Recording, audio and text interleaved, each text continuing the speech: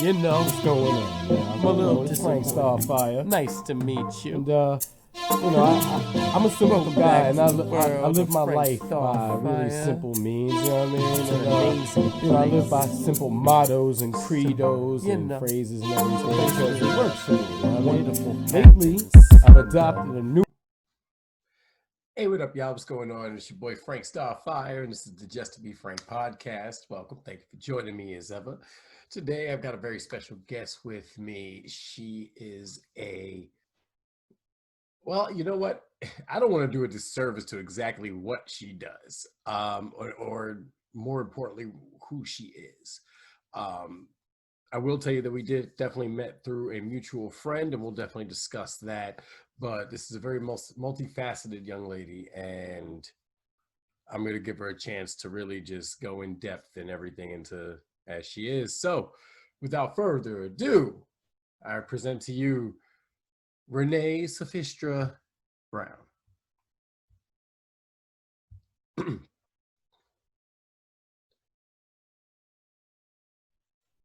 we're just waiting. We're waiting. Hey, Renee, can you hear me? Yes, I can. There you go. There you go. Yep. Okay.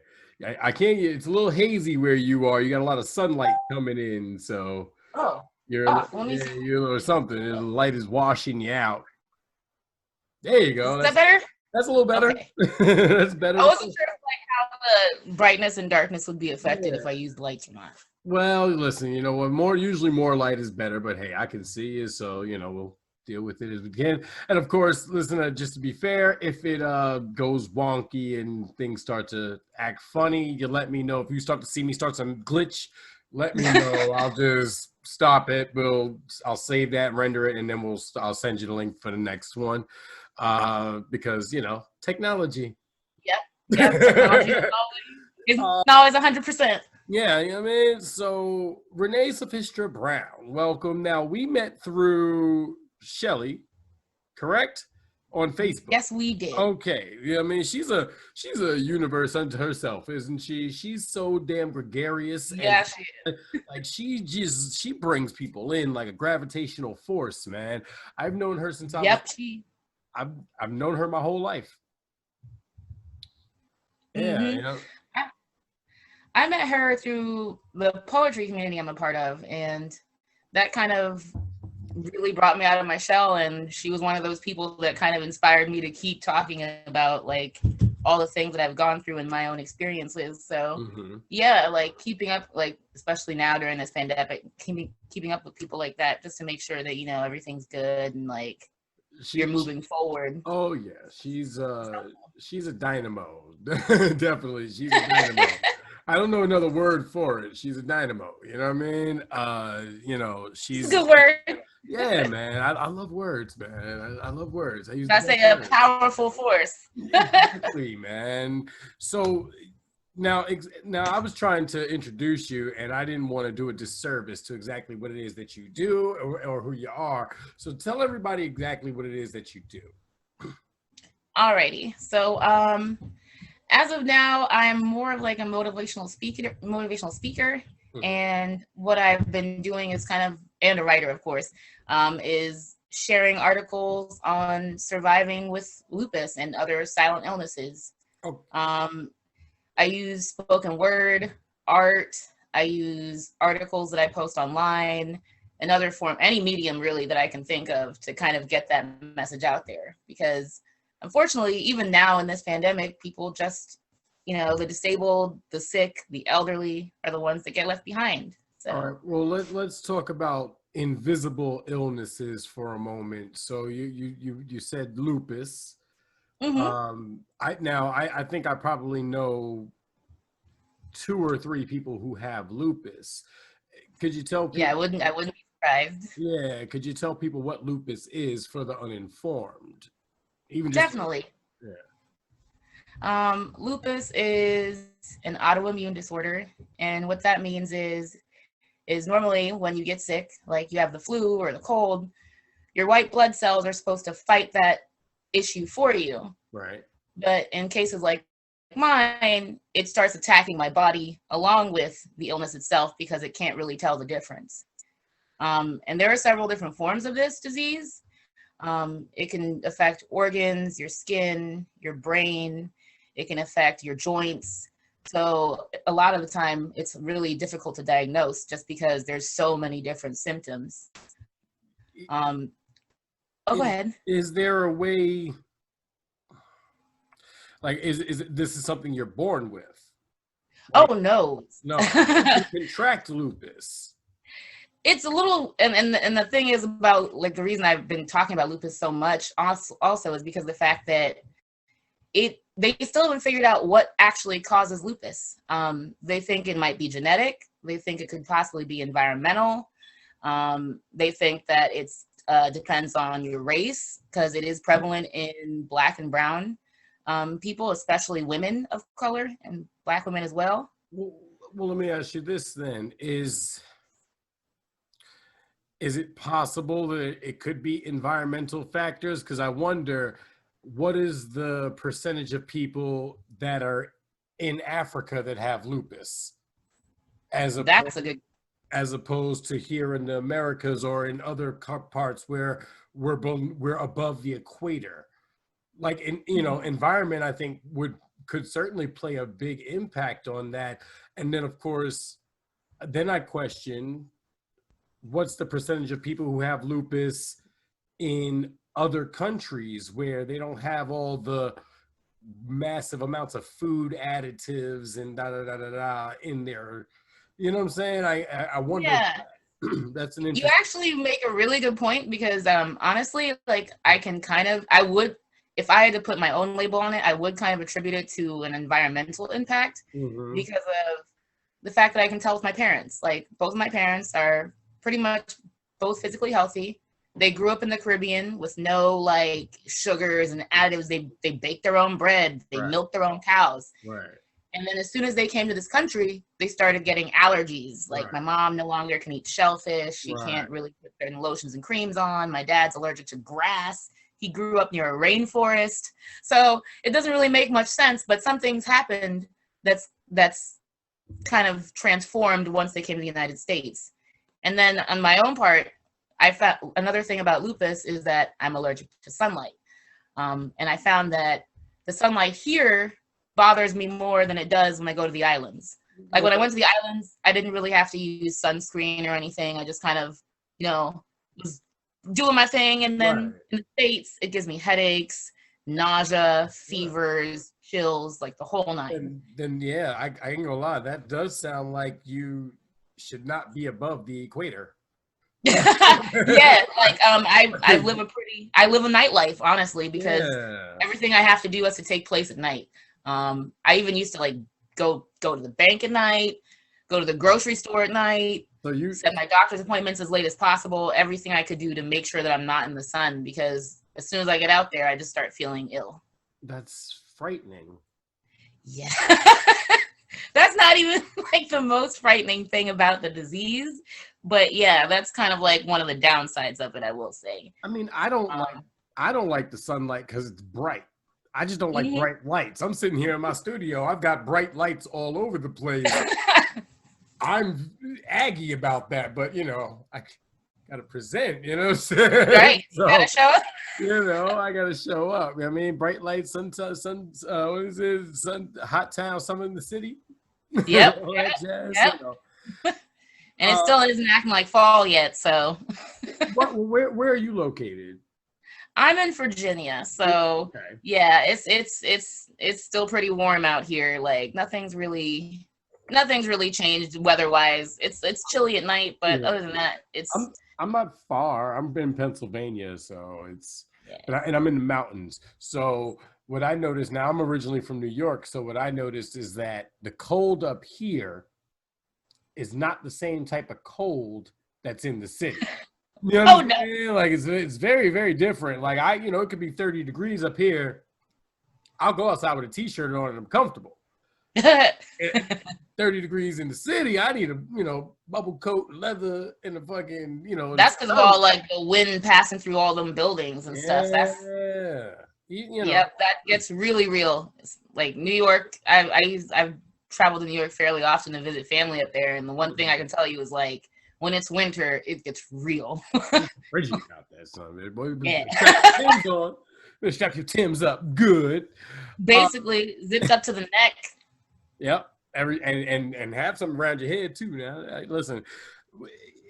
So we talked about lupus, sickle cell. We can add to that. Yep. Even cancer, because these are diseases that have no outward. Yeah. Like I recently wrote an article on Chadwick Boseman about how he did The Bloods, he did Black Panther, he did Five 42. Bridges. Yeah. All those movies he did while dealing with colon cancer. Yeah. And then thing is, nobody. right. The thing is, like he didn't tell anyone. And the thing is, it's so strange that he was able to do all of that, and you didn't see any of it on his face. And that's just like a real testament to his acting, honestly, because like a lot of his symptoms would be similar to mine. And even some of the medications that we take, because lupus also does some of the things that cancer does, which is kind of like attacking the body. So yeah, a lot of our medications are the same. So when I read about him and saw that, his passing, it really hit me, because it's like a lot of people with silent illnesses do what he does or did every day, which is hide who we are so that people will treat us normally and won't treat us any differently. Well, and it's like, it's really, why is it that, okay, is it that there's a perception that people will treat you differently, or do people actually treat you differently? People actually treat you differently. Like, why do you think that is? Do you think you're fragile? You're gonna break if they touch you? Like, it's a little bit of everything. Like, I get it. It depends on who it is. Like, for example, with my family, it's like, with my siblings, it's like, okay, this is who you are. Lupus is a part of your life. We're normal. That's normal for them. Right. So they don't treat me any differently. We go outside, we hang out, we play. If I'm too tired or I'm feeling unwell, they don't make me feel weird about it. They just kind of like, we'll wait on you. Cool. Right. With friends that aren't as close to me or something of that nature, it's more like they get all awkward and quiet. They don't know what to say. They don't know what to do. They kind of just like, oh, I'm so sorry. And then like, everything gets really quiet and tense. And then when we go try to do activities and stuff, they're like, is this too much? Is this enough? Is this blah, blah? That's enough. And it just gets to be like, not a hassle, but it just kind of it takes the fun out of things. It takes like, it's annoying because you don't want to have to keep explaining like, yeah, I'm fine. I'll let you know, because they're trying to be, and it's not their fault. They're trying to be a good friend to you or a good family member. And it's like, you want to support them supporting you because you don't want to push them away. But at the same time, it's a lot of work to reassure them that you're fine. That could be exhausting. Yeah. It's definitely changed a lot of my relationships with people. Just because of like, I kind of have to, sometimes I have to let people know up front. Like if I'm working at a job, I'm like, look, these are the things I can and cannot do. These are the things that will affect my health. Can you make these accommodations? And in that instance, I can be perfectly straightforward. Right. And then in some instances, it's more like, if I want to get through this party without people like treating me differently, let me just not say anything. If I'm tired, I'll just have a seat. If I'm like up for it, I'll start dancing. And, just keep a smile on your face, which unfortunately is, I wouldn't say it's the best thing to do, but it's pretty much how I've had to live in this country.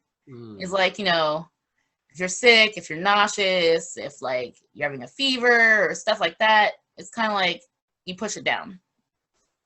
Just because it's easier to do that than have to deal with people sometimes. Well, that too sounds very exhausting. Yeah. I mean, because I can't now, as somebody who's relatively healthy, obviously somebody like I can't fathom what you go through. We can empathize, we can sympathize, but we can't Right. walk that mile in those shoes. Yeah, proverbially, you know, it's hard for some of, you know, it's harder for us, what a friend would call able-bodied or whatever. Yep. You know, that, That's the word. but I Yeah. even that labeling is kind of problematic because it what it, It implies, yeah. what it boils down to, I think, is, you know, yes, there are certain things that you have, there are certain uh, facets that you have to go through to maintain your health and livelihood. And it can be a burden on yourself, and it could or potentially be a burden on your cohorts. You know what I'm saying? Oh yeah, like trust me, that's one of the biggest issues with I guess having a silent disease is very often we're like forced to prove it over and over and over again because people don't believe us, and that's another thing. Well, there's some people who are just stupid, you know. Right, because like, I mean, you don't have to, like, if somebody tells you they have asthma, you're not going to call them a liar. So it's like when I tell you, like, you know, I have a silent illness, and they look at me and they're like, oh, okay, well, I don't really see anything. Right. And it feels weird because Well, it's like, I don't know if you know that. That happens a lot in this country for a lot of different things. You know, if they can't see it, it doesn't exist. they don't believe it. Yeah. That's facts. You know, and that's a sad state of affairs, you know. But what I'm hopeful for the most part usually is that you'll listen to somebody like myself, they'll listen to somebody like you, and they'll be able to be like gain of a higher perspective on things. Yeah. What's your diet like? What do you? Oh gosh, that's interesting. So a lot of things with lupus is that you basically want to turn to like greens. Pretty much you want to cut out all the meat, sugar, processed foods. Oh yeah, all the fun stuff. Right. I can't drink milk. Like I can't drink milk. Nobody should drink milk. Nobody should drink milk. I'm on almond milk now. I'm 38 years old. I've never had a glass of milk in my life. That's awesome. Yeah, please I used don't. to get in trouble for that. Like my brother used to beat me up for not drinking milk. Yeah, like I didn't know how to articulate as a kid that it stinks. Not for you. No, yeah, like I didn't know how to articulate the science behind what my thought was. You know what I'm saying? Now I have no problem, but back then I didn't know how to articulate. Yo, this shit is just gross. I shouldn't be drinking this. You should. I'm about saying now you fit right in, and you're the right one, huh? You have the last laugh. Yeah, no, you know, and like I said, I'm relatively healthy. You know, and for the lifestyle that I lead, I probably shouldn't be as healthy as I am. But you know, I smoke pot, I smoke cigarettes. Yeah, well, you should. I smoke pot, I smoke cigarettes, I drink whiskey. You know, the closest I get to dairy is yogurt or pizza. Yeah, same. You know what I'm saying? But other than that, you know, I eat a lot of meat. You know, I eat a lot of vegetables. I eat a lot of fruits. You know what I'm saying? I'm fairly well balanced. The problem is, Yep, that's the key. Moderation. Balance. Well, I used to be 300 pounds. Wow. And the very first thing that I did to change that was to stop putting sugar and cream in my coffee. Because I'll drink a whole pot of coffee in a sitting and then drink 3 or 4 more pots of coffee throughout the rest of the day. So if you add 2 sugars, half and half to every cup of coffee, it adds up. That adds up. You know what I'm saying? So that was the very first thing I cut out. And then when I started getting the munchies and shit, instead of eating like a snack cake or something, I eat a round bun. You know what that is? I eat a round bun, or I eat some sardines and some crackers. Yeah, man. Like I'd eat that, and that'd be my munchie food. That'd be my snacks. And then just got a little more active. You know, unfortunately, like you said, the sunlight hurts you. But you know, I'll get out in the sun. I'll walk around. You know, but I ain't gonna lie. I much prefer nighttime. I'm a night hawk. I used to love walking through the city at night, just through the through the bright light, the raining, snow. I don't give a shit. I'm walking. It's beautiful. You know, I have to imagine this does not bode well for a dating life. Oh, you want to hear about that? That's gonna be a Well, listen, I'm on Just Be Frank podcast. We hashtag frankly speak all the time. okay. So Be honest here. let's talk about that. So I have a fiance. We are going on 7 years next year. So Nice. 6 years was just a few months ago. Okay. And we met through a mutual friend of mine, or of his, ours. It wasn't Shelly's, right? It wasn't I Shelly, know, was it? no, it was. You might know her, Danielle. Danielle, girl genius, and if she's listening, I'm definitely giving her a shout out because I would not have met him without her. But it was funny. We did not date for 2 years after I met him, and this was on my part because of the fact that when you have a disease, I've had this since I was 12, so it's made dating pretty much impossible forever. Yeah. Because the first thing you have to explain is that, hey, I have this huge part of my life that's like gonna always be there, and you have to be prepared to deal with all that comes with it. Right. And at 12 years old and growing up and through high school, it was like, I had to deal with a lot of pretty much a huge learning curve on how to manage a disease, basically. Like I went from taking like taekwondo and ballet and jazz and tap to doing blood tests every Saturday, going to the doctor every other month, like having to skip school. Yeah. I wonder, do you think, would you still be able to do those things, taekwondo and things like that, or is it just right now? The thing with lupus is it kind of moves in stages. So during my high school years, or college age years, it went into remission for like a short stint. So I was able to like work 2 jobs. I was driving every day. I was able to stay in the sunlight for a little bit, because lupus does have remission periods for some of us. And that was kind of like my time to shine. And that was also when I met my partner. Right. But during one of my jobs, I contracted something from somebody, and it was like a spot like on my face. And I wasn't sure what it was. So then I went to the doctor and they gave me a medication and I had an allergic reaction. And then all of the skin on like all of my body came off. Oh my. Right. And this is, of course, like the first 3 months into our relationship. Yay. So it's kind of like a real test, like, yeah. Right. Because I have pictures and stuff like that, and it was awful. I looked awful. Like all the skin on my face, my lips were swollen, like it was in my hair.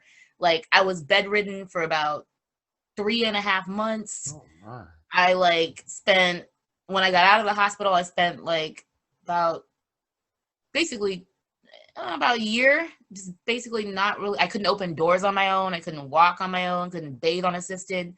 And he did all of that for me. Like he helped change my bandages. He helped bathe me. He helped me walk. Shout out to that brother. Good job. Right. Like he helped me walk me to and from my bedroom when I needed to use the bathroom. He carried me. And like those first 3 months, like when we were in the hospital room together, and he was like, I'm going to come see you. And I'm like, I don't want you to see me like this. And he's like, no, I need to see you. And he like came down to see me, and he held my hand while they were doing all the tests and everything. And he cried for me.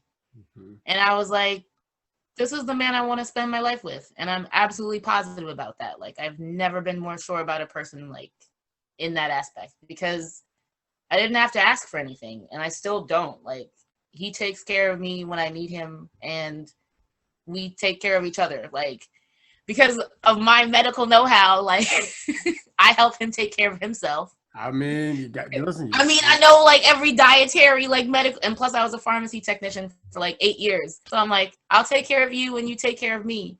But like the fact that I never had to ask him to do that for me, it's kind of like, it made it easy to tell, Yeah, no, I get it. And I wonder then, I wonder if since this is because to me this sounds like an unnatural occurrence. You know what I'm saying? This sounds unnatural. This doesn't sound like something that should occur naturally, like Lyme disease. You know what Yeah. I'm saying? And that's something that only happens over here on the East Coast. On the West Coast, they don't have it. You know what I'm saying? Yeah. So that leads me that there's many conspiracy theories about that. And Oh no, that, that's a valid thought process because yeah, honestly, lupus, like it's growing in number, but when I contracted it as a kid, like basically no one had it. You know who had it? no, but you froze for. Seal, the singer. That's the only person I knew that had it. Is And he that had it on his face. is that what that was? They used to talk about that was like tribal scarring or some crazy. Yep, and you see how well hidden that secret is? Like he's had lupus for as long as those scars have been on his face, and no one has ever known.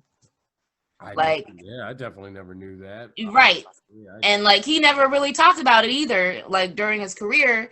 So like when I found out that he had it, I was like, wow, okay. And then I also found out that Toni Braxton had it. no, that I knew. Her. Yep. She's the most high profile that I can think of. Right. That Selena has. Gomez has it. And it's like, all of these people have it like later on down the road. They never really talked about it. So as far as I knew, Well, no one had it. And when I was in well, no, I think of Lyme disease. I think of sickle cell. T-Boz had sickle cell. Avril Lavigne has Lyme disease. There are a lot of these very honestly, weird autoimmune diseases that seem to be cropping up more and more. But I think it's environmental at this point because even if it was like genetic in the beginning, which I honestly think that might have been the case, like, just, how you are responding to your environment based on your genetics, that was the issue. But because of what we're doing to this planet, like all the chemicals we're pouring into the water, all the oil we're burning, everything, it's like, and I mean, even there's microplastic in the air, like literal plastic that we breathe every single day. Like, and that adds up. And some people's bodies can process it. And some people's bodies, like mine, really struggle with dealing with it. Especially since, like I said, both of my parents, from the genetics that I'm raised on, both of my parents lived almost completely healthy lives. Like, they didn't have any of those chemicals and stuff on their island. My mom was like a black belt when she was in her college years, so she's like been physically fit her whole life. And then my dad is a professional bodybuilder, and he's been like, it runs in our family. Like all of our family members are basically professional bodybuilders, martial artists, caretakers, and stuff like that. So it's like what destroys us is kind of what comes into this country, because my grandmother, who passed away, she got lung cancer. She was living in New York City. She'd never smoked a cigarette in her life, ever. Never smoked, never drank, didn't eat a lot of salt. She was always healthy because that's how she grew up on the island. But when she came here, it destroyed her eventually. Deodorants, aluminum, and things. There's so many different things. Fluoride in toothpaste. Yep. And, I cut all that out too. Yeah, there's so many different things that are environmentally bad. We're gonna take a quick break real quick. And we'll come right back. Just thank you for joining us on the Just to Be Frank podcast. This is Renee Sophystra Browne. I'm Frank Starfire. We'll be right back. All right. Hey, what up, y'all? It's your boy Frank Starfire, host of the Just to Be Frank podcast. If you like what you hear, do me a favor. Please like, subscribe, and share so I can keep bringing you the best content imaginable. And if you want to be a guest on the Just to Be Frank podcast, shoot me an email at frankstarfire696@gmail.com. Right there. Don't worry. It's right there. I got you. You know what I mean? I got one good eye, but I make magic and shit. Trust me. Have a good one, y'all. Abracadabra. One love. Gotta unmute yourself again. Gotta unmute yourself. My screen wasn't popping up there for a second. Yeah, there you go. All right. And we are back on the Just to Be Frank podcast. With me still is Renee Sophystra Browne. How are you today? All right. So we were talking about the impact of these different diseases. And I often wonder, what, if any, would be a natural cure or curative property for something like this? Like, what you say it attacks your body? Does it attack a specific organ? Well, like I said, the lupus I've had, it's I think it's had its stages. So when I was 12 years old, it started off feeling like the flu. Just one day I woke up feeling really awful. Like my body's heavy, I'm super tired, I've got like this fever, and it's just, it's just weighing me down.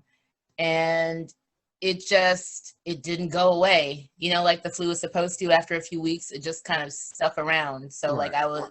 I had to skip school. And then finally my mom was like, this isn't normal. So she took me to the doctor, and they thought I had Lyme disease, funnily enough. Just because the symptoms are super similar, but it wasn't that. And then one of the doctors I went to, I think it was the Children's Hospital out in DC, they told me, they said, if they told my mom, if her body responds to these steroids, then that means she has lupus. And so they gave me prednisone. Yeah. And I felt like, Rocky Balboa for like the first time in weeks. So I wasn't really thinking anything of it. However, what comes with medication is a lot of side effects, and that really took its toll on me too. So like I gained a lot of weight, I lost a lot of my hair, I got like my skin started to change, like basically like a lot of acne and everything. And yeah, it was kind of like a little bit of a low point for me, because like I was already kind of the nerdy one in school. So Oh, that was, I know that. Just I know that one. and then like Wow. yep. And then I was, right when I got out of high school, like I'd say 2007, that's when my lupus started to go into remission. And that felt like that was also a new feeling, because it had been so long since I felt normal. Right. So, like I went out about, I took advantage of the opportunity. I put myself through school and all of that. And that was a big chunk of my life where I was doing what I wanted to do. And then when I turned 25, that's when I had that allergic reaction. And unfortunately, that's kind of the biggest hill for me. I've never struggled with my disease this much before. I think. No, I'm sorry. No, I'm sorry. Continue. I'm sorry. I didn't mean to interrupt. Yeah, I've never struggled this badly with the disease before, because with joint pain, I could swim, I could do things to alleviate the pain. When it went into remission, I was fine. With my skin, it's like anything can trigger like my skin just coming right off. Anything, like specific hand creams. My skin is even more sensitive to the sun, so now like I have to have like black light curtains and stuff just to make sure that I can be near windows. I had to tint the windows in my car. I have to wear sunscreen in and out of the house, because even the UV rays in the house affect me. I'm gonna put you in touch with a friend of mine. She's a former forensic toxicologist. She has a natural line of products that she now makes at home, basically. But she's probably one of the smartest people I know when it comes to just curative properties of ingredients and things of that nature. And she's also, I guess I'd say, a student of Dr. Sebi. Oh wow! Yeah, I appreciate that. Yeah, yeah. I've heard of him for sure. Yeah, she actually went to Usha Village because she had I forget the very long ass name of what the problem was she had with her eye. But she no longer has this problem. That's awesome. Yeah, like I wonder if there's something that Dr. Sebi might have created or had some insight into as far as this goes. And I think that she might be able to offer something, because I ain't gonna lie, I love her products. because they're like the deodorant she made, and she'll sit there and make it herself. And it, like, Yeah. honestly, it felt like I think I put it on a Monday. I didn't have to put it on again until like Thursday, and it was great. Lemongrass. It was lovely. That's how, you know, like, I think honestly, like, a lot of, for me, like, a lot of things I try to do to cut out medication out of my life is to turn to natural products. So like for things like mosquito bites, I use peppermint oil. Right. For stuff of that nature, like, you know, just to kind of keep a balance between the chemicals I put in my body and, you know, lots of live plants around you too. Like, get citronella plants. Like wax burners are fine, but if you could just get the plants and then keep them around the house, that helps to keep mosquitoes away, because that's I actually I use the citronella candles. Yeah, but it's just like, you know, the little things I kind of do to just make it easier on me. Let's see. With my skin, it's been difficult because a lot of the damaged skin is what I need to move around in the day. So it's kind of hard to treat it when it's continuously damaging itself. Right. Like, the soles of my feet came off and the palms of my hands came off. All right, you So, sure like, you're sure you're not a vampire and just that's what my fiance calls me. tell you that, like, you know what I'm saying? Like, sure you didn't just vamp out and you, Right. Yeah. I would want a superpower. Seriously, like, I feel like with all this stuff going on, I should have a superpower. I'll tell you right now, if some vampire out there offers me the dark gift, I'm saying yes. I know, right? Like, I'll say yes. I'm saying yes. Yes, Lestat. Sure. Take me away. There you go. All right, bet. You know what I'm saying? I'm grown now. Like, shit. You ain't gonna do me like Claudia.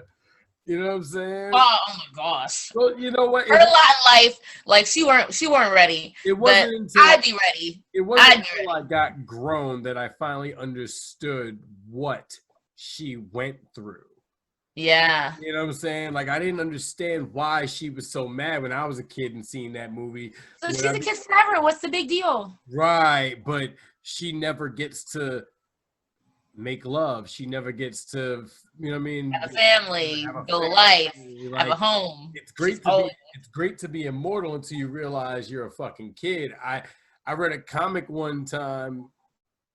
It's called Fables, and in it, Pinocchio is pissed as hell at the Blue Fairy because she made him an eternal boy, and he's like, "Yo, that's to drop. Like, what's up? Like, yeah, come on, man, you took it too. I'm a real boy, but can I be a real man too? Right? Can I grow up? Like, what are we doing here? Like, I want, like, you see all this fire coming around here. Like, look at Cinderella. She bad. Like, what's up? Like, I can't even get with that. I'm like 2 feet tall. You know, like, come on, man. So so it's all fun and games until you realize you're a kid forever. You know what I'm saying? And I think that in theory and in spirit, that's a wonderful thing, but in reality, that could fuck with your brain. Yeah. Honestly, it's kind of a good analogy for how living with a disease is like, because I mean, you spend all your day around like pretty much healthy people, like people that you would want to be like, but it's like you try not to think about it. You're just like, okay, you know, this is who I am. Right. But you see, here's what would help. I ain't gonna lie. You have to really just put in your mind that, yeah, they look healthy, but they've all got their own issues. They're probably way more fucked up than I am. Yeah. I mean, honestly, like, and to me, it's not even that. It's just like, for me, I'm like, I never want anybody to feel like this. And that's why I do what I do, because I want it to be easier for the next person, which is why I started writing about how I felt having this disease, because it's just like, when I was a kid, there was nobody to talk to about this. People bullied me for it. Like, all the symptoms that I had, they made fun of me for. Of course. It was like, because kids are assholes. Yeah. Little kids are assholes. And see, I guess you were a kid. See, I grew up in the 80s and 90s. We didn't have the internet. So I was on the cusp of it. Yeah, so I think that's kind of the gift and the curse for my generation, in that we got the tail end of that old school lifestyle, and then we saw technology advance like because Mm-hmm. I remember using a Commodore 64. I remember learning what a floppy disk was. I remember using a camera with film. Yep. Like I remember VHS. I remember when TV would go off after like 1 a.m. The first Nintendo, listening in on phone calls. All that the shit. satisfaction of being able to hang up on somebody. Hang up. I just take it off the Click. receiver and Walk away. That's it. Blocked. You know what I'm saying? I'm taking the receiver off, blocked. So those things really kind of shaped how I kind of view the world and technology and the younger generations that came after. Now I'd have to wager what you were born in, like 93, 94, something thereabouts. Oh, nope, 89. 89. All right. So, yep. So I'm like really right there. Yeah. All right. So then you could understand how when you've seen the advent of different technologies that fast, you could see how that could kind of fuck things up for people's mental. You know what I'm saying? And then 9/11 didn't help. No, it did not. 9/11 made things a lot more difficult when it came to being like free, having like being different, basically. Freedoms are definitely infringed upon, and but what I also think is that it developed this idea of fear in a way that, all right, for example, that was September 11th. Today is November 11th, 2020. That was September 11th, 2001. MySpace came about in 2002? Yeah. You know what I'm saying? Right. Facebook came, Facebook came out in 2004. So the rise of social media, I think, is directly a result of that fear-based tactics that they utilized after 9/11. Hey, don't go be social. You have social media now. You can, you know what I'm saying? It's almost like the Jetsons. You know what I'm saying? We actually have that now. We have FaceTime and all that. This is the Jetsons right here. This is Space Lee's Sprockets right here. I was hoping for like more moonwalking, but I mean, but now it is what it is. I guess that's what they say. But the fear seeps into people. If you think about things like, now, who goes to a bar to meet a girl or a guy? You swipe right. Right. All these things came as a direct result of 9/11 and fear, because that natural fear of staying in your house and then all these mass shootings and then all the protests and then, you know what I'm saying? Like, there's just been a steady rise in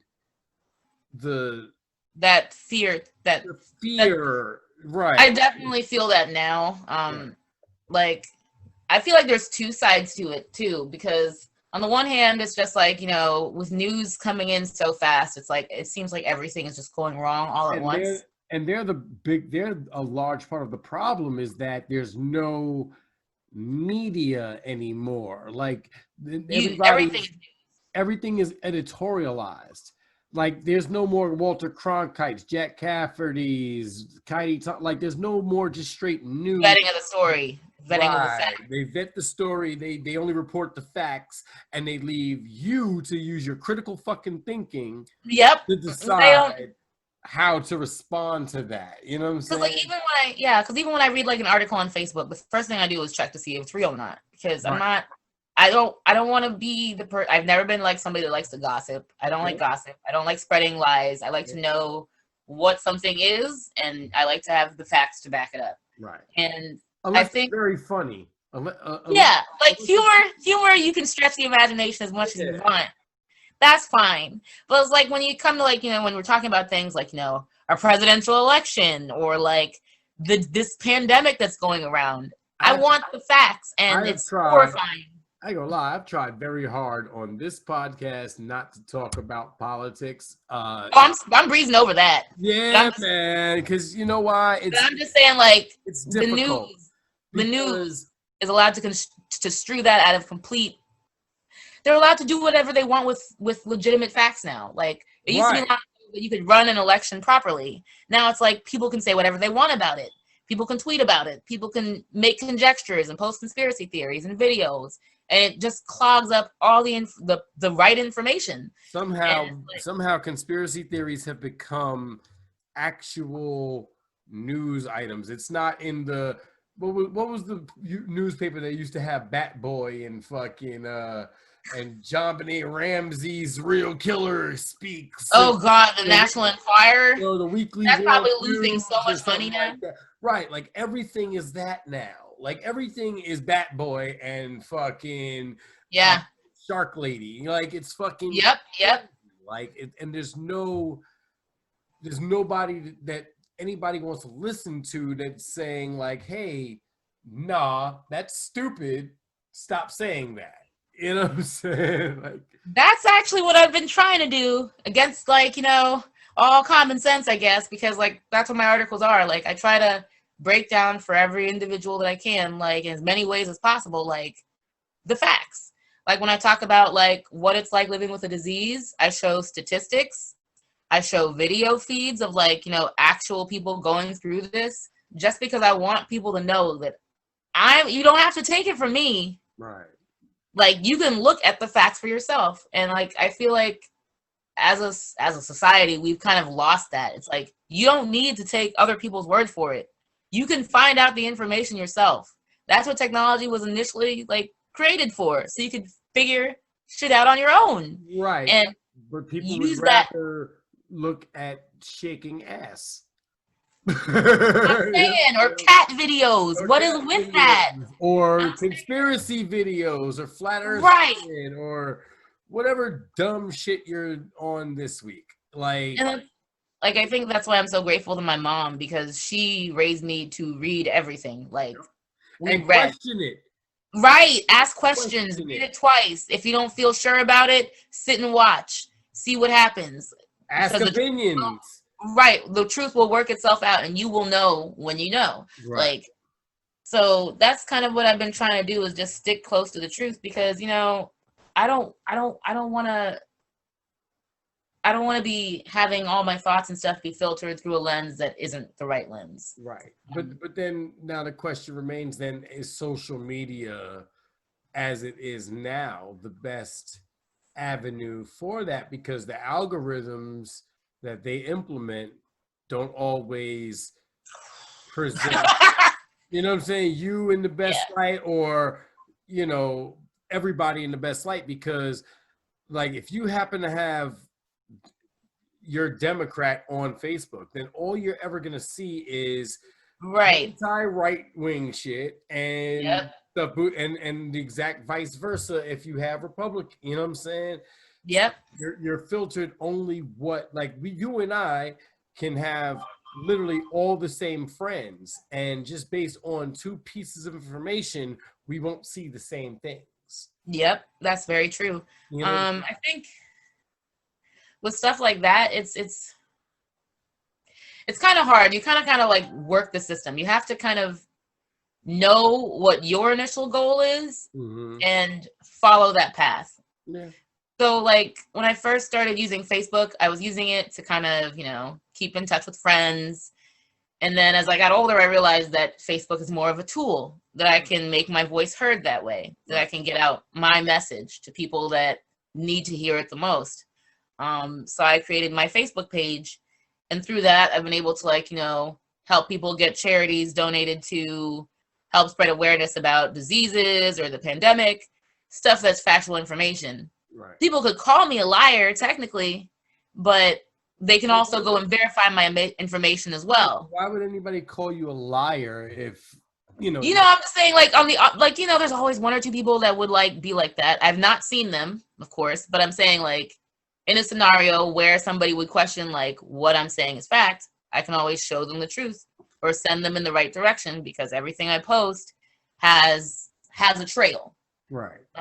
And also another thing I've noticed is that growing up, like I said, I didn't really have anyone to talk to about my disease. So I guess the one good thing about technology now is that actually I have a Facebook group I'm a part of where there are like thousands of people like me. And we can all, like, you know, like somebody will post something like, hey, I'm getting this injection tomorrow in my hip. How did it go for you? and then like hundreds of people will answer, giving all of their own personal experiences with that and how it's affected them. And then, you know, that person reading all of these answers can then make the assumption like, hey, I do want to get this treatment, Right. or maybe I want a second opinion before I decide to pursue this. Right. But it's It allows you to make an informed decision. yeah, and I think that's what social media and all that should be used for. Like, yeah, there's the facts, but also you want to be sure that, you know, you're looking at everyone's opinion and seeing like a Right. general consensus of information so you can make your That's- own educated guess. Right, but then that could also have its inherent flaws as well, because not everybody's opinion is right or in the best interest of somebody else. You know what I'm saying? That's also, yeah. You know, so you have to learn how to disseminate information as well, which is very difficult because there's no class for that. Yeah. You know what I'm saying? Like, There there's no class that teaches you how to separate bullshit from reality. Yep. You know what I'm saying? That comes from living experience. That comes from fucking up. And Oh, yeah. you know, Like, one thing I can tell you about living with this disease is, yeah, it kind of teaches you to be more shrewd. Like, when I was younger and somebody sent me to, like, my mom would take me to the doctor, you would say, okay. You immediately assume that the doctor knows what they're talking about. right. As I got older, I began to understand that that's not always the case. Sometimes doctors are really only there for a paycheck. Yep. Sometimes doctors aren't really listening to you. Sometimes doctors are racist. Sometimes doctors don't listen to you if you're a woman.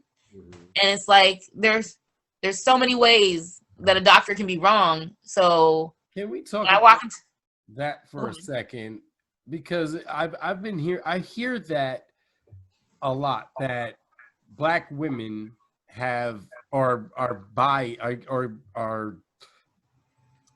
prejudiced against as far as doctors, and they don't always listen to them. They you know, oh, you're just having a fit or whatever. Oh, yeah. It's like, does that really happens? There's really such flippancy in the Oh yeah, that's happened to me like several times. Like I remember one time when I was in high school, there was this one doctor I was seeing, and I kept telling him, like, I don't know why I'm so tired all the time. I feel like I sleep for like 12 hours a day, and I don't feel like that's normal. And I'm pretty sure there's something wrong with me. And he told me, you just need to rest more. He didn't change any of my, he didn't change any of my medications. He took blood tests, but I don't know if he was really trying to find anything out or just to say that he took them. But oh, he just wanted to charge you the fee for that. Right. So my mom and I decided to switch doctors, and she was a brown woman. And the first thing she said to me was, I'm amazed that you're still going to school and working right now. You should be bedridden. I've never seen lupus levels this high. Right. We need to start treating you immediately. But yeah, like, it only took one doctor, a second doctor looking at me to notice that the problem wasn't me not getting rest. It was like something else entirely. Right. And, you know, I've had instances like where I had the allergic reaction I had. Before I was checked into the hospital, I had tried to call the doctor that prescribed me the medication. And with lupus, when you're having an allergic reaction or anything of that sort, you have to respond to it immediately, like immediately, like within hours. That's how fast symptoms change. And he was like, come back in 2 days. And at that point, if I had waited the 2 days like he had said, you'd be dead. Basically, because like my feet swelled up to like about this thick. So I couldn't walk. My hands turned all red. Then all the skin came off. And at that point, I couldn't walk, couldn't touch anything. And the emergency room doctor was like, you're not leaving. Like, you're not leaving. So yeah, like sometimes, like that's how I kind of learned how to disseminate the truth, to be honest, is by basically learning how to grill my doctors, like all of them. Yeah. Because like I've been misdiagnosed. I've been given medications that have made me horribly ill. I've been like, you know, like anything you could think of. Like I've coughed up blood, Oh. like all that stuff. All the fun stuff. All the fun stuff from All the medication. fun stuff. So it's like I don't just take people's word for it anymore. Like if a doctor tells me this will fix me, I'm not gonna just jump on it and grab it because I need to know what the side effects are. I need to know how long it lasts. I need to know like big things even because like some of the medications I'm on prevent me from having children and stuff like that. So, Man. right. Yeah, so it's like the side I gotta know. I gotta know everything. The side effects sometimes are worse than what the disease is. Oh yeah, like I can't even eat the same anymore because of that medication that I took. Right. Like, hence the smoking. Like, I can't. Food doesn't sit in my stomach the right way anymore. And ever since that allergic reaction, like the skin, because of my lupus, it has made that allergic reaction reoccurring. So now, anytime I have a flare up, which is the term for when your lupus levels are higher, my skin starts to come off. And there's not really anything that they can do about it because every person with lupus is different. Well, you said you had contracted something. And they still don't know quite what it is. Oh. I was gonna say, they don't know what I contracted. They don't know why it's reoccurring now. They don't know how to stop it. And they've tried just about everything besides like the experimental stuff, which is what I'm kind of in the mix of because now I have to make a choice. I have to decide. Yep, I have to decide if I'm going holistic and just cutting off the medication entirely, and doing that, or doing what they say. I ain't gonna lie, and of course I'm not a doctor, and obviously I don't play one on TV, but I would probably leave the United States and go back to the islands.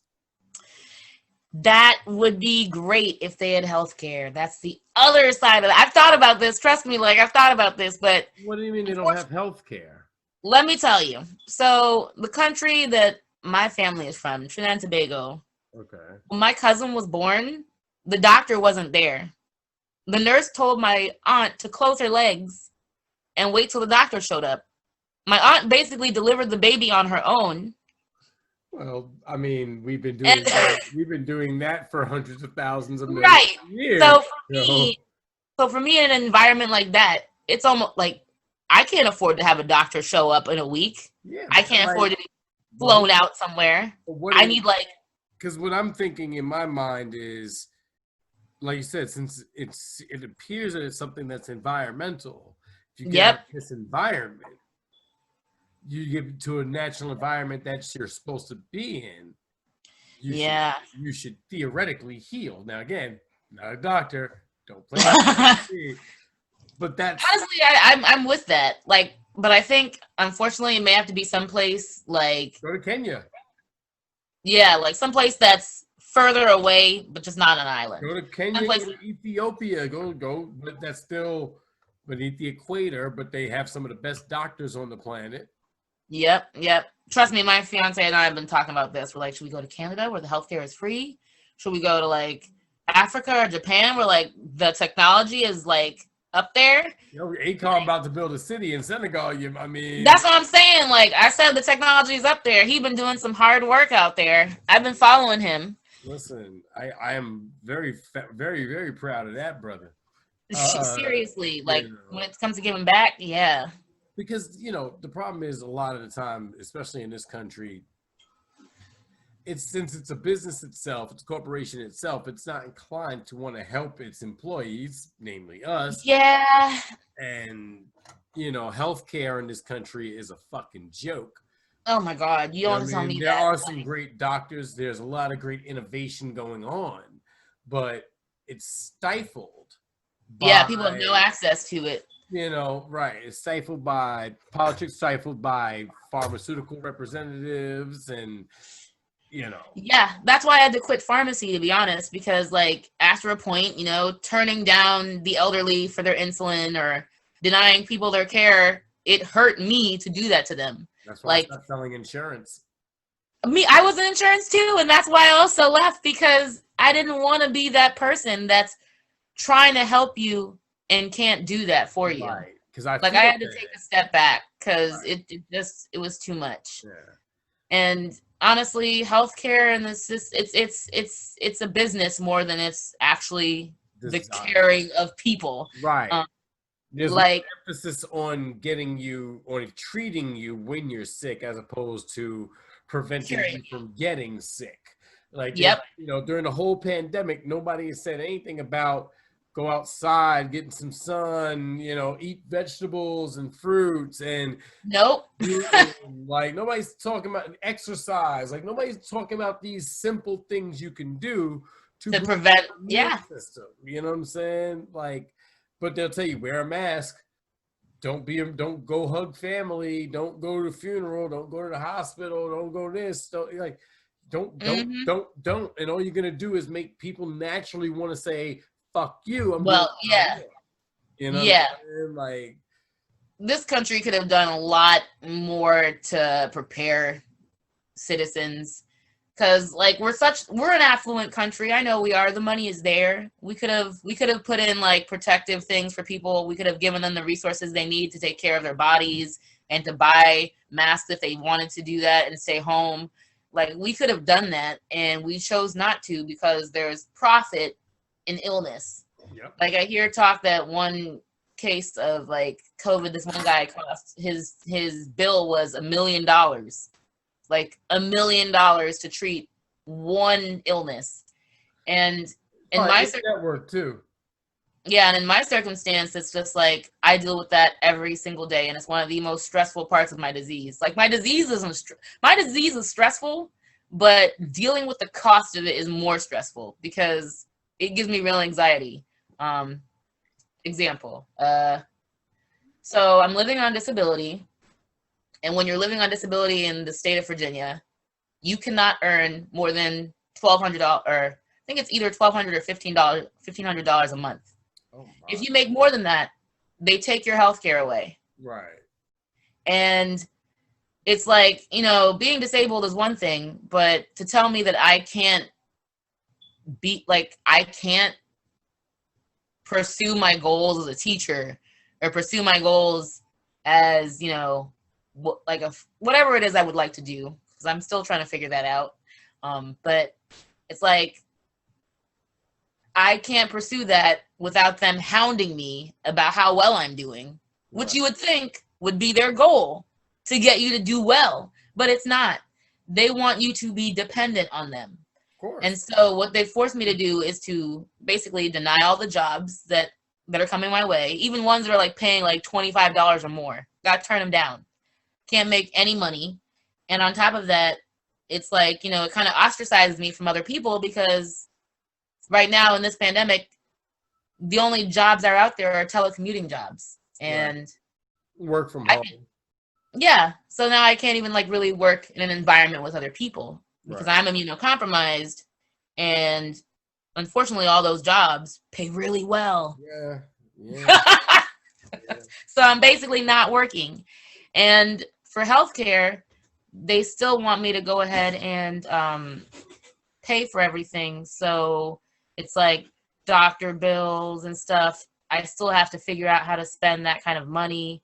I still have to figure out how to like come up with funds to support myself while living on disability and not making any money. Because they do give you a monthly stipend, but 9 times out of 10 in a state like Virginia, it's not going to pay for anything. So like, very expensive? Oh my gosh, yes.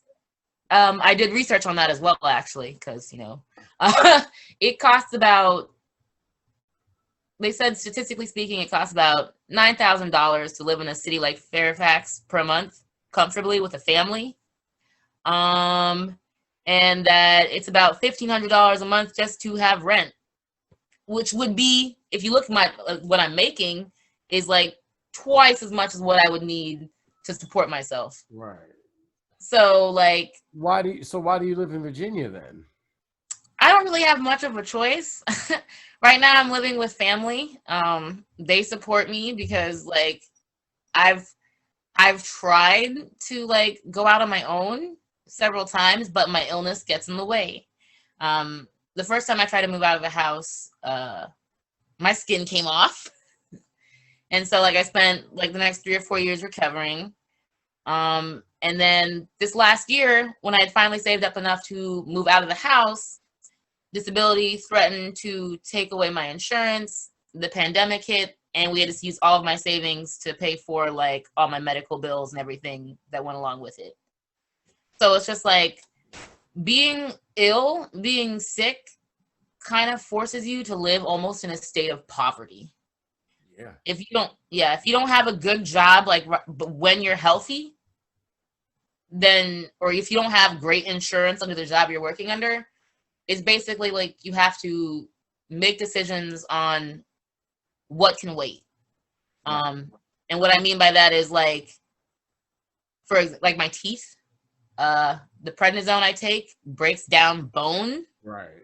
Like all my teeth, I basically had to get redone. Mm-hmm. Have to, but I can't because in this country, dental work is insane. Yeah, expensive as shit. I know. Right. So, like, I'm like, okay, let me leave that alone until I can't.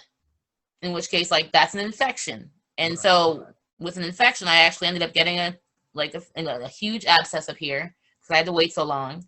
They ended up having to perform surgery on my mouth, putting me on a whole bunch of crazy steroids and stuff, which is even more money. But I fixed only 2 teeth. That's it. But there's still more. So, like, there's a chance that this whole process will go down again, but I can't afford to treat it because it's just too much money. Yo, that's fucking sickening, man. Yeah, and that's just, like, one of my symptoms because, like, like I said, I have to buy things like sunscreen, and sunscreen's like, what, $10 to $15 a pop for the good stuff? What do you use? I use Neutrogena 100 SPF. And that bottle is about this big. Yeah, I know. There's a brand called Sunbum. Sunbum? Sunbum. It's all organic. I'm writing this down now. Yeah, it's got the banana peel and the coconut oil in it. Yes, I could do with some of that. I also, and that's another thing. I have to make my own lotion. Uh-huh. So that's also like more money. And then when you try to explain that to disability, because my condition is so unique, they don't really see my skincare as a medical issue. Right. But I'm like, my skin is the only thing keeping the sun out, and the sun is really bothering my lupus. And if you don't treat one, then the other will follow. Right. So it's like, half the battle is fighting with insurance companies, just fighting them. Yeah, and your doctor would have to send a prior authorization, like. Oh, I know all about those prior auths, and I've been prior authing all day. And like they write letters on my behalf. They send documentation, and sometimes the insurance will just. So. Yep, whatever. It's not like right now they're telling me that I'm still making too much money, and I haven't been working since March of this year. They said that because they're giving me $900 a month, that's enough for me to live off of. Where? Right. Where is that enough to live off of? You know what? These motherfuckers is driving Maseratis to work and shit. Like, oh, of course. they're completely, and that's the problem. They're fucking out of touch with actual humans. Yeah, they think we're making like. The thing is, like, long ago, that probably would have been enough. But, with back inflation. In the fucking 40s. Right. Like, and they need to do something about this because people are just dying. People are giving up. Like, in my Facebook group, there are people that, like, do you wake up every day wanting it to end? And I'm like, I felt that way before. And it's not because of how sick I am. It's because of, like, I don't know how to, sometimes it's just like, I don't know how to take care of myself in this country. Like, I'm like, that's unfair. Yeah. People should have to choose. And I say it all the time about simple shit. Like, you shouldn't have to choose between eating or getting your prescription drugs. Exactly. I can't even get married. Like, my fiance and I have been engaged for about 4 years now, but we can't get married because if I marry him, I will lose my insurance. Yes, you will. Yeah. And it's like, we know we love each other. And, you know, I'm a Christian woman. I want to marry this man, but I can't because money gets in the way. And I'm like, that's not right. Somebody paraplegic, somebody. That, you know, you're a Christian woman. You could let that go for the time being, I think. I think this is more important, honestly. Like that's fucking crazy to me. Like, you can't marry the man you love because you'll lose your insurance. Right. And I'm like, how is that tied to why is marriage tied to money? Why do I have to have enough money to support myself to prove that I love someone? Which is just asinine, man. Because there's a way because there's a marriage tax and you got to pay your taxes. Yep. And I even looked it up. It costs $80 to get married in this state. So it's really not that expensive. It's just once we get married, the tax bracket changes and things get crazy complicated, and we can't afford that. Is Virginia a Commonwealth? Yes, it is. Pennsylvania is too. So yeah. We are trying to get up out of here. Yeah, I don't know what the laws are specifically for health and shit here for like Medicare, Medicaid, disability, things of that nature. I know it's difficult. My boy Rob was on disability. I know it'll drive you crazy. Yeah. Like, because it's difficult to get because you have to basically backtrack every single receipt you've done for your care. You have to have doctors sign and attest that you're disabled. And then on top of that, you have to constantly send them all of your bills, all of your documentation throughout the year to prove that you're still disabled. So it's like, you know, it's like you're already disabled, you're already stressed out, but then you have got all that other extra stuff to prove to these people at the same time. And a lot of the time, the lines are long, they keep you on the phone forever. And it's like you're already exhausted. So you have to like basically choose the day that you're going to do all of that. Try to get through it. Take a break.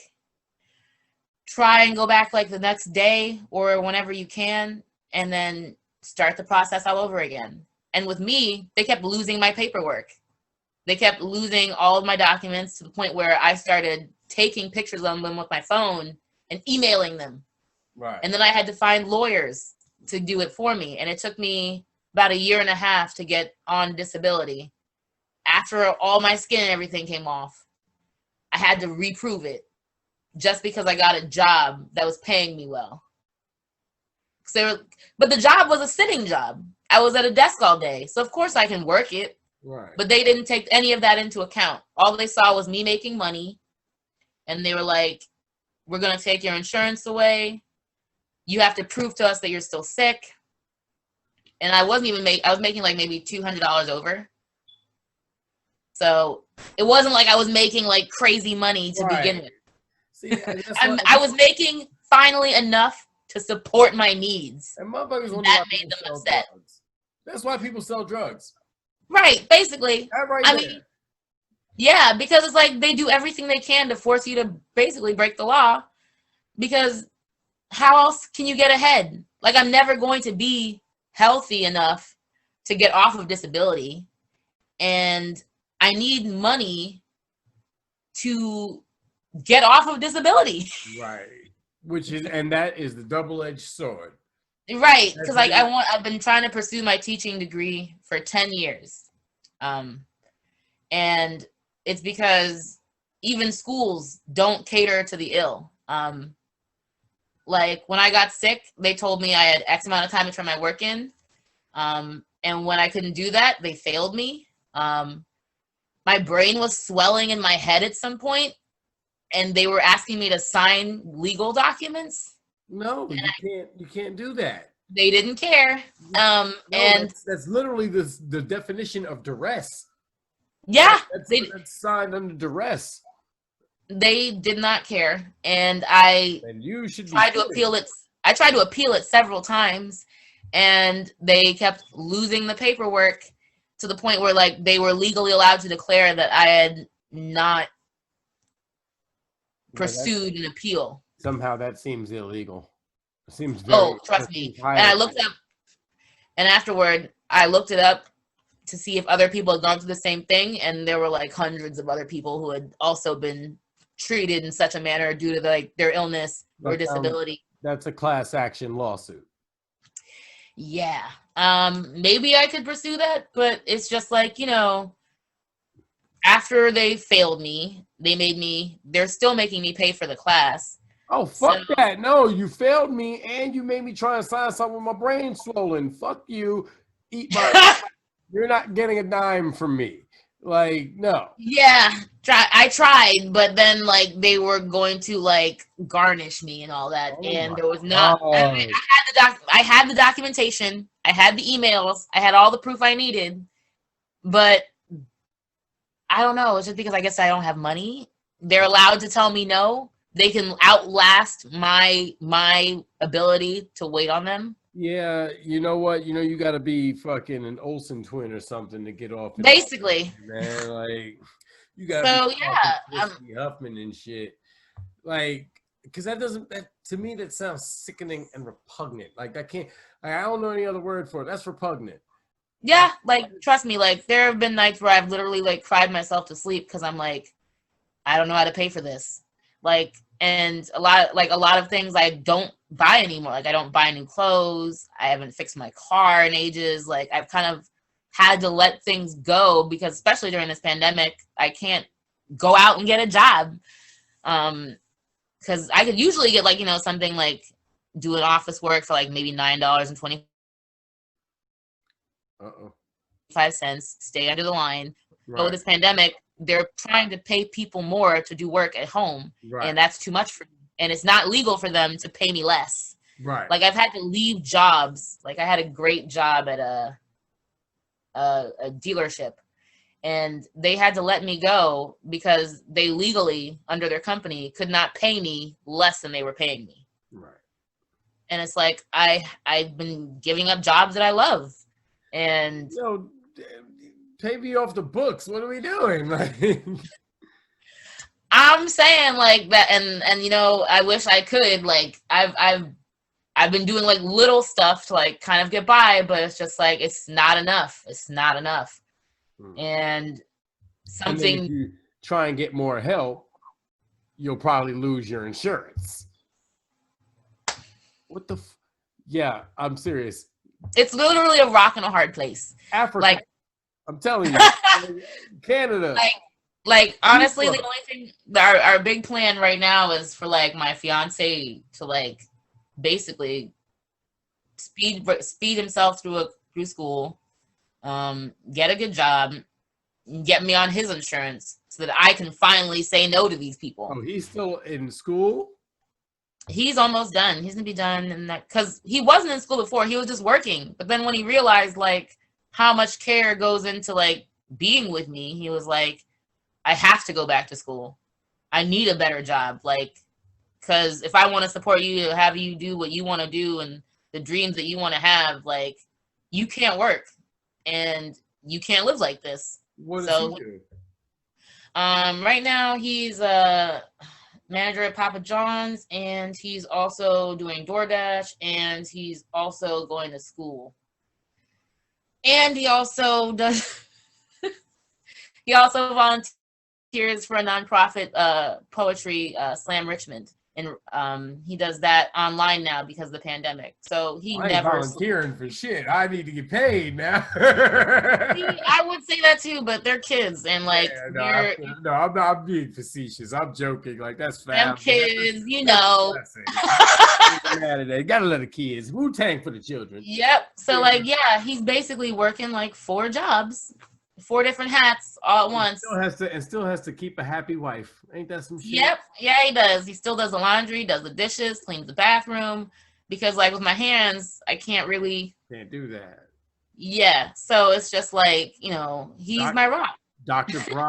Bronner's soap. It's another fantastic product. Y'all motherfuckers need to cut me a check all this promotion. All these shout outs.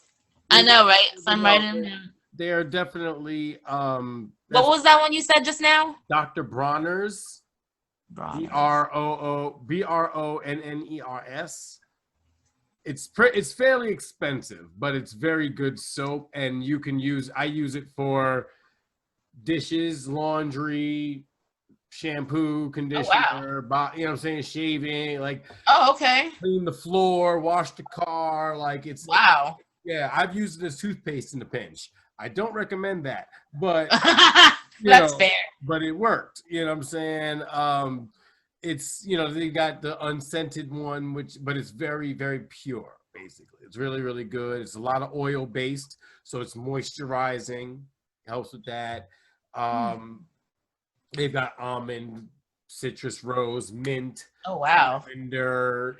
They've got a bunch of different ones, but it's really, really good stuff.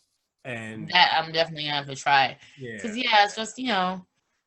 it's just it's a process. It's like I try to like pick up stuff as I go along. So like that's kind of like another thing I would say about technology is like meetings like this help me learn more about how to take better care of myself or find like shortcuts. Meetings like this help me to learn about what somebody might be going through that obviously I can't see. Because again, like I say, when it comes to disease, especially in this country, I always question what the source of said disease is, like where did it come from? And since there's nobody that has any definitive idea of where lupus or sickle cell or any of these things come from, then how would we be able to fight them? You know what I'm saying? So where does the funding go that researches this? Like, who researches any of this? Is there anybody researching this? For lupus, I know that there's I think it's Lupus Alliance, Lupus UK, and there's another lupus organization out there that specializes in research. Unfortunately, the research that they've come across, while it does benefit Black and brown communities indirectly, one of the leading medications that they use to treat lupus, one of the things that they mention in the packaging is that it doesn't work as well on Black, African American, or brown people specifically. And that seems like some targeted shit there. Right. Like, what you mean? Like, are you sure? Did you try it? I don't know. Like, that seems like you just threw it in there. Like, nah, we don't want y'all. Right. And then on top of that, the medication is about $30,000 without insurance. Oh, fuck. So you tell me who that's for. I'm gonna go outside and eat some grass and rub some Robitussin on it, and right. Drink some ginger ale. Ginger ale, you know what I'm saying? Vicks Vapor Rub. Thank God is good. Tiger Balm on everything, like right. Crazy, man. Yeah. Like they wanted me to sign. Like I had to sign I don't know what it was, but they basically made me send out a petition to be sponsored to take that medication. Like I had to prove that I was ill enough to get that medication. And even when I did finally get the access to it, again, like, like when you say you do your research, at that point I was like, is it worth it for me to try this? Because this medicine was also something that's delivered intravenously. So once it's in there, it's in there. It's in there. And I was like, I don't know about all that, Hoss. You just told me it's not going to work for Black folks that well. And I'm kind of there. Right. And it's going to go in. It's going to be in there for months. And you told me that one of the side effects to this medication is that my skin will possibly do the same thing it did before. Nah, I'm good. So I had to walk away from that one. But yeah, pretty much all lupus medications they're kind of expensive without insurance. They're pretty expensive without insurance, like a couple $100 a pop. And depending on what like organ or body part it's affecting, you could be like destitute trying to cover this stuff. Because honestly, my case is mild.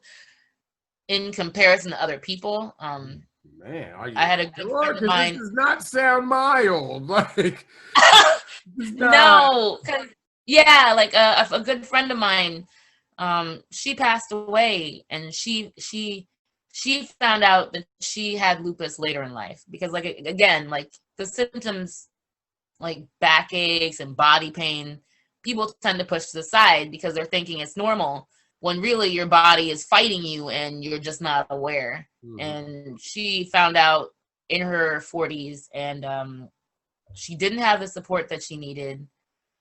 She couldn't really afford to take care of herself. Doctors were doing what they could, but with her lifestyle the way that it was, I mean, she decided the best thing for her to do was to fly out to some place where she felt comfortable and just let go. And it's like, I wished I had talked to her more. I wish that I could have loaned her more support because we weren't even living in the same state. And I wish that she had had people around her that understood what she was going through, because honestly, I have felt like giving up many times when the pain has been really bad, or when I looked really, really awful and didn't see like myself getting better. And I had people around me, like I had my mom, my dad, my siblings, my fiance, all telling me not to give up. Tomorrow's gonna be better. I'm here for you. And she didn't really have that. And there are a lot of people like her who don't have that. And it's sad that this is the lengths that they have to go through just to get through their day. Like, they have to do all of these like battles with like insurance companies and doctors and all that just for like a smidgen of relief. Because in this country, it's not like, unless you're like well-to-do, unless you got like money, if you get sick, that's it. Which only about 4 or 5% of the population have. Yeah, like I looked up Chadwick Boseman's cancer, and then I looked up how much it would cost to treat it. It's about 30 grand to treat colon cancer in this country, and that's if you don't have a pre-existing condition, and they have to treat that along with your cancer. So like you could very well, and he had a brother with cancer at the same time, Kevin Boseman. So both of them had colon cancer. So just imagine a mom trying to pay for two people with cancer at the same time. I couldn't even imagine, man. Like, that's not even close to fair. Like, Like, it's not. like where are people supposed to come? Because like people were living paycheck to paycheck before the pandemic. Now they're really living paycheck to paycheck. So what are we supposed to do? Like, you know what? This podcast doesn't make me any money, so I live paycheck to paycheck for the most part. Yep. But I can't lie. I'm in a better position now than I was 6 months ago, a year ago. You know what I'm saying? But Yeah. I don't have a hindrance like this. You know what I'm saying? So Right. I can't imagine what somebody who does is dealing with in this time, like the isolation, Oh yeah. you know what I'm saying? Like, and it's not just people with lupus or sickle cell. Like we said, silent diseases are like mental disorders and Oh yeah. Yeah. depression and anxiety and, and I ain't gonna lie, I used to be very flippant. I used to think depression was only something white people got.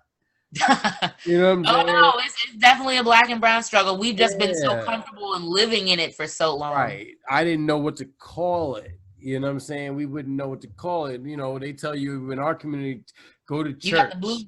Go to church. Go to church, or get a job, or go play a sport, or this. Yeah, or that. toughen up. You'll be fine. You got this. Drink this booze, like whatever. Right. Like, that's not healthy.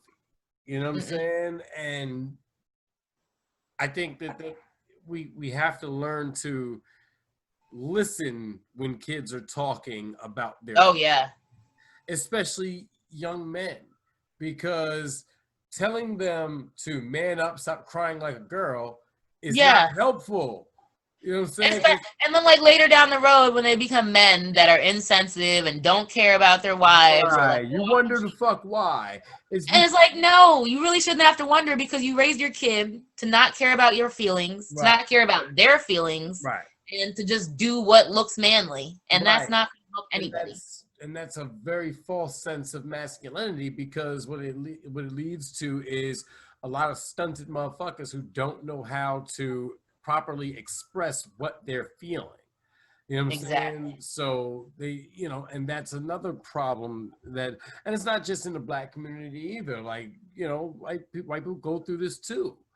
You know what I mean? And I think one of the biggest problems we do have in this country is this constant separation of us versus them, or Black versus white, or old versus young, or able versus disabled. Like, because everybody is convinced that their problem is more important, right, or that somebody else's problem isn't a problem to them because they just don't see it. If I don't see it, out of sight, out of mind. Yep. And I think that's one thing that this disease has kind of given me the privilege of understanding, is that just because you can't see something doesn't mean it's not real. Like, because like whenever I had a customer at CVS, like, no matter how upset or how rude they were, I try to be nice and be as polite as possible, because I'm like, I don't know what happens once they walk out that door. Like, they could have a struggling family. They could be dealing with somebody who's super ill. Like, and if I can make them feel a little bit better during their day, like, I'll do that. Like, I used to have this one customer who hated everyone in the store except for me. Okay. She would wait for me so that I would be the one. She's like, I don't want to deal with you. I'm not dealing with her. You know who I want. And like, she finally broke down and told me, you know, she's been living with cancer. She lost relatives. She's supporting somebody at home who, because of their relative that they lost, they now have to support. And she lost her husband. And it's like, right. So like, this rude, like, horrible seeming woman is really just a woman she's hurt. Right. She's a hurting woman, and she doesn't know what to do. She didn't know how to express it. You know what I'm saying? Because the person she would talk to about these things, her husband, is no longer here. Right. And she's so it's angry, and you know, loss affects people so differently. Exactly. And that's what I've learned. Like, just, you know, sometimes you just got to listen to people's stories, and they'll tell you what's wrong, and you will find that you're not that different, or that there is a reason for the way that they are the way that they are. Right. And there's something that can be done about it. Or usually, if there's not, at least you understand where they're coming from, and you don't feel like as bad. Right. Like, oh, okay. I'll let her yell at me. I see you. Once you're out there, I'll eat some chocolate. I'll eat some chocolate afterward. Yeah.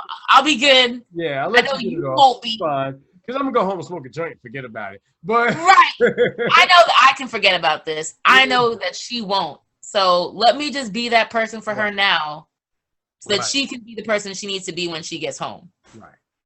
But yeah, like, that's pretty much been my mission. Like, but isn't it amazing? Like, you're going through what you go through, and still will take the time to sacrifice your feelings for somebody else's, to make sure that they're doing fine. You know what I'm saying? Like, I tell people all the time, it's the little things that matter the most. You know what I'm saying? Yeah, you might. Oh, yeah. Sure. You learn that a lot. Like, you know, but it's the little things, man. And we don't acknowledge those little things enough. You know what I'm saying? We're always looking at the bigger picture, the next big thing, the new this, the new that, you know. Oh yeah. But a lot of people just aren't thankful enough that they woke up this morning. Exactly. You know? like, come on. I've had to give up. Yeah. Yeah. Like, that's another thing. Like, I guess this disease has also made me really grateful, because I've had to give up a lot. Like, I used to dance a lot, but since I lost the soles on my feet, and that's completely changed. And it's like, you know, I've had to kind of find new ways to love life. I guess is the easiest way to put that. Like, because, you know, I find joy in helping others. So I do that. Like, because yeah, like I said, like living with this disease, it's like, it makes you see, you live with a lot of pain. And so you just don't want other people to feel that way. And like, because of my disease, I've helped other people who've had diseases similar to mine. I've helped friends who are ill. I've helped their children. Like, I've like written and spoken to people about their illnesses and helped them find help.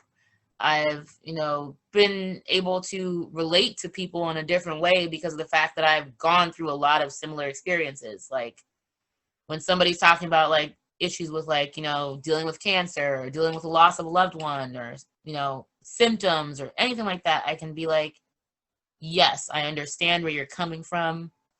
You can talk to me. Like, I'm not going to judge you. I'm going to receive you, and we're going to figure out what to do from there. So I also try not to look at this disease so much as like an issue, more like a tool, I guess, because an opportunity to open doors for others. Right. You know? Because like I said, when I was growing up, I didn't have anyone to talk to about this. Like, I didn't have anyone. Like, it was just me dealing with everything, all the new symptoms and all that stuff, and then that's it.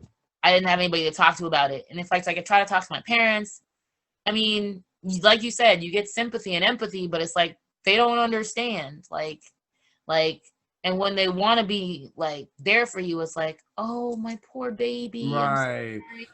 I wish I could take this from you. And it's like, I don't want somebody to take this from me. I don't want other people to have this. Yeah, those platitudes don't help, you know. Right. I want people to see me and see how they can do better for others like me. Right. Or see how they can make their lives better on their own. Or like, if they have somebody that they know with lupus or something, now it won't be awkward anymore, because then they'll be like, oh, I met Renee, and she was really cool about it, and she explained this, this, and this to me. So now I don't got to be all weird around my friend Lillian or whatever. Well, so and that's what I want to do. And how did you get into doing the poetry? It's funny. Like, I actually found out about it at work while I was working at CVS. A coworker of mine had been talking to this lady at the register who was a poet, and she invited her out to the show, and so she went. And then my coworker invited me, and I went, and I was hooked. I just kept going back, and that's actually how I met my fiance, because that same person that introduced us was the same person that got my coworker to go to the poetry show. So she was like, oh my gosh, there's somebody you have to meet. And I was like, okay. I'll be the judge of that, but I'll let you know once I meet them. And so we ended up meeting, and then like after 2 years, we were just kind of inseparable, and his love of poetry and my love of poetry kind of pushed each other forward. And while I was with him, that was when he decided to start doing the nonprofit in Richmond, and now he's still doing it, and I still write, and I help also host that show on Saturdays. It's every first Saturday of the month. But yeah. It's been a way for me to kind of channel how I feel and express myself without being too direct or too forward. Right. Because a lot of the times when you're trying to explain this disease to people, it's sometimes a lot for them to process. It's like, wow, you're going through all that? But for some reason, in a poem, it just comes off. It comes in, yeah. You feel it, man. What's your fiance's name? Celestino, but everybody calls him Cel. Cel? Yes. Do you know him? No, I don't. Like Cell, like the Dragon Ball Z villain, Cell? Yes, that's actually one of his favorite characters. Why am I not surprised by this? I'm a Vegeta fan myself. You be so thrilled that you know about that too. Piccolo my dude, because he's the only black dude. Like, Piccolo's a real father, for real, for real. I mean, they can take He's Gohan's dad. But well, no, but the reason I asked, man, I want to interview him at some point. Oh, please, that would be wonderful. Yeah, man, because I said like that, love to promote that, man. That's positive, man. Definitely love to promote that. So we'll have to get him on too, and because. Again, I think the more people hear about this and it normalizes hearing about it, so then again, it's not such a shock to people. Yep. Tell them, oh, I have lupus. And exactly. I think about it. One of my old friends, I think my friend Medina, I believe she had lupus, or she has lupus. I'm not sure which. I haven't talked to Medina in quite a long time. But I remember what she went through going through high school. She wasn't always able to go to school. She was always tired, the steroids, these adverse reactions and this and that. Yep. Yeah, so I think about these things and I'm like, damn, man, like, shit, worst I got to deal with is one bad eye. Like, shit. Damn, and it puts things into perspective for you. It does. And I have the one bad eye and I still think to myself, I'm lucky because I still got another. You know what I'm saying? Like, but you only have one immune system. Yeah. And your immune system kind of turns against you. That's a bitch and a half, to be sure. Oh yeah. Because another thing that's kind of been like, one thing that really did give us a scare was, like I said, with my brain swelling. And with that, it was like a whole other avenue of what my lupus could do, because we had never seen anything like that. It was always a physical symptom. Right. And that literally changed my personality. It changed who I was as a person. Right. I started donating. For one, it changed my memory capacity. I was doing things, going places, donating money with no recollection of doing such. I was my mom would look at my bills and be like, what is this? When did you buy this? And I'm like, I don't know. But it was I don't recall any of it. And it made me manic. It made me angry. It made me aggressive. And for about 2 weeks, I forgot how to talk, forgot how to feed myself, forgot who I was. And my mom had to tell me about it after the fact. Oh, man. And then the doctors were like, this could happen again. And I was they were like, we don't know what could trigger it, but this could happen again. Could you be more nonchalant about it? No, they could not. Doctors are not exactly the most sensitive of folks. Nurses. No, they don't. Nurses are kinder. Doctors, they'll just lay it on you and let you make it what you will. Well, I think kind of to be a surgeon, and you do have to remove yourself. You have to have a God complex. You do. You have to have a God complex to want to be able to rend and cut and to injure in order to heal and fix. You know what I'm saying? With such assuredness to know, well, if I nick this 2 inches this way, he'll bleed out and die. Right. So that takes a hell of a lot of self-confidence. You can't be a nebbishy doctor. That doesn't work. Nope. That doesn't work, man. It's funny because my mom is a nurse, and one thing I can say is that's been helpful with this disease is the fact that she's a nurse. She saved my life multiple times, from being mistreated by doctors to diagnosing me. She's the one that got me in the door to the doctors. Right. And she was the one that when they were giving me certain medications, she'd no. With the West Indian accent, you just know. No. And the funny thing is, when I was the 3 months in the hospital, she made it a point to not leave. Oh. She changed my bandages and stuff in the mornings, and she slept on a cot in the room with me the entire 3 months. And my dad would drive out there with every once in a while to take her out of the house or take her out of the hospital to eat, because she would not leave the hospital. Right. And like, yeah, she was my advocate. She was there. Are your parents still with you? Oh yes, my mom and my dad. Well, you tell them both I said, yo, y'all ill. Good job. Thanks. I will. Yeah. I definitely will. My mom will appreciate that a lot. Yeah, she is also a big, huge part of my life. Like she did so much for me when I was learning how to deal with this disease, and she gave me a lot of hope about being myself and doing what I wanted to do. And she's never once told me like there wasn't something I couldn't do or not do because of my disease. Like she's always trusted me to like push myself forward and do the right thing. And same with my dad. Like my dad, like he's like, you're always trying something. And I'm like, yep, I'm always trying something. He's like, I believe in you. And it's like, you know, whenever I need help, like they're there. And I wish people had that kind of support elsewhere. Me too. Like, because that's a big part about fighting this disease is like having the support you need. Like, and honestly, that's pretty much with any illness or sickness is like, as long as you've got the support you need, it's not as bad. Like, I think in this country, that's what really wears people down is the fact, not so much that they have a disease or an illness, it's the fact that the support. Yeah. Like, okay, cool. You know, there are people out there playing basketball and stuff that don't have legs. There are people painting things that don't have arms. They've found a way to be happy.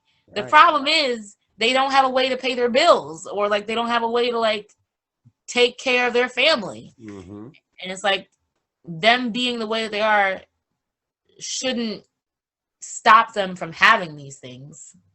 You never should, no. You know? Yeah. And I think the problem a lot of the times is like you say, you know, people are just, some people don't know how to not objectify, be objective. Yeah. And, you know, be able to say or see, hey, you know what, I can understand. And that's a hard thing for a lot of people, unfortunately, because they're so caught up in their own bullshit.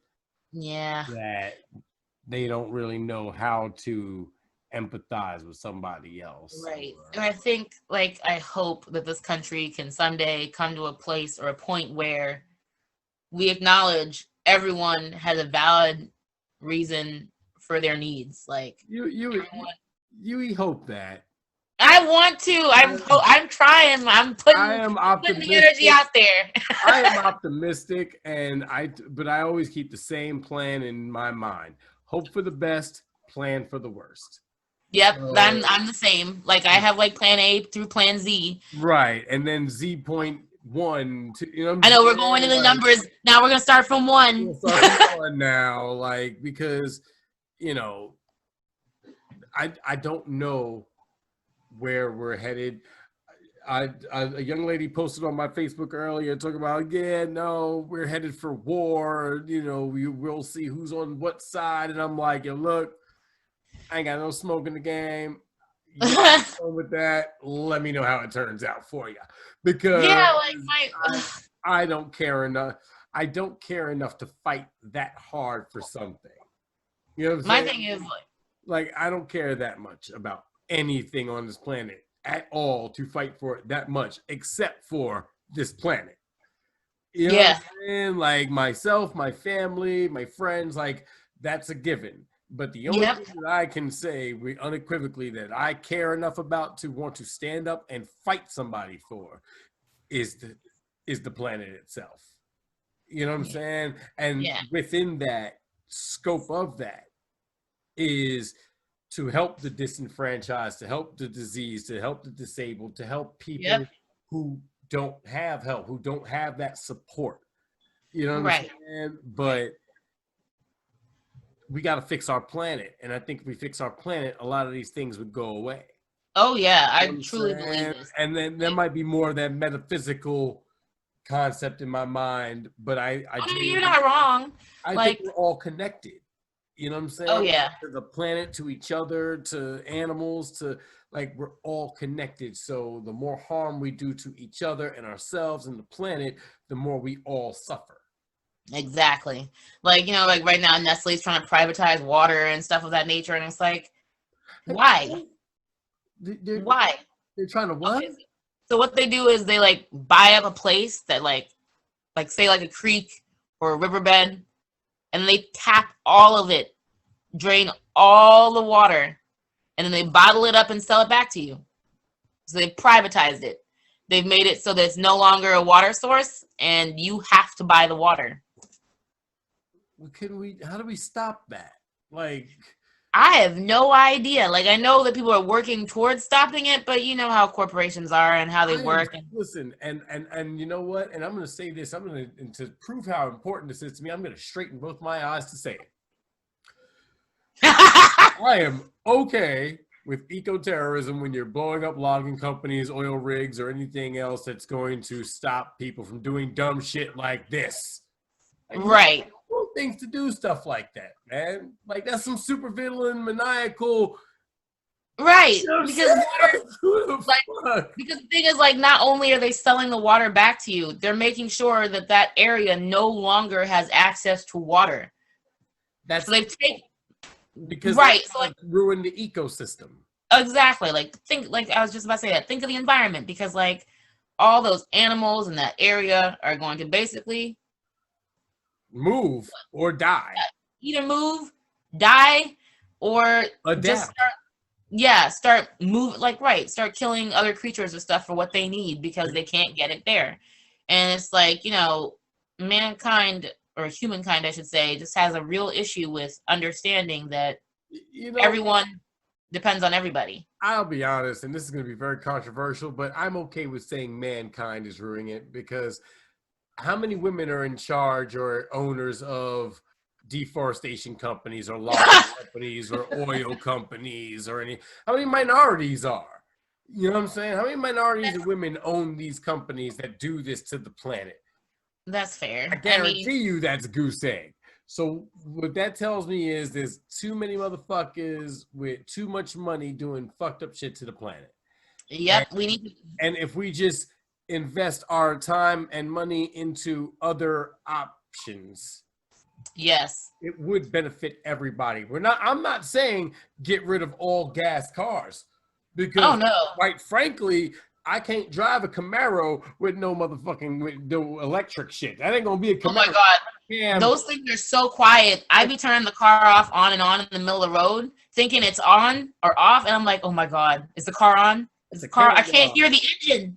That's not a Camaro. That's a Cameron. You know what I'm saying? Man, I want a I'm not saying to get rid of gas. It's just at moderation. Yeah, I don't know too much about fracking to be able to say if I'm for or against it. From what I understand, they're basically like digging up the earth and forcing. I think they force chemicals into the earth as well to push it out. Right? Yeah. So I'm not with that. I'm not with digging for coal, because this is 2020. Why is we can do better? We have solar energy. We have. Right. You know what I'm saying? Lithium. I get that there are lithium mines which are cropping up all over the place now, and that's dangerous as well. You know, we got to stop digging into the planet and taking everything she needs to survive too.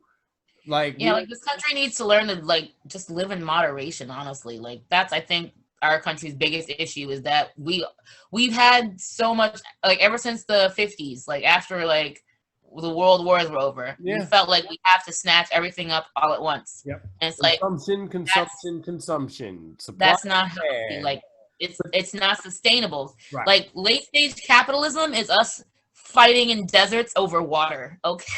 But think about it like this.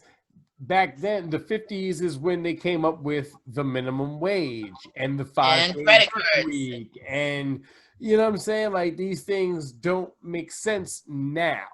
That's old ways of things. And these things should have been phased out long ago. You know what I'm saying? But I always tell people, I'm like, gun laws were one thing because, back in the day, it took you 15 minutes to shoot a bullet. Okay.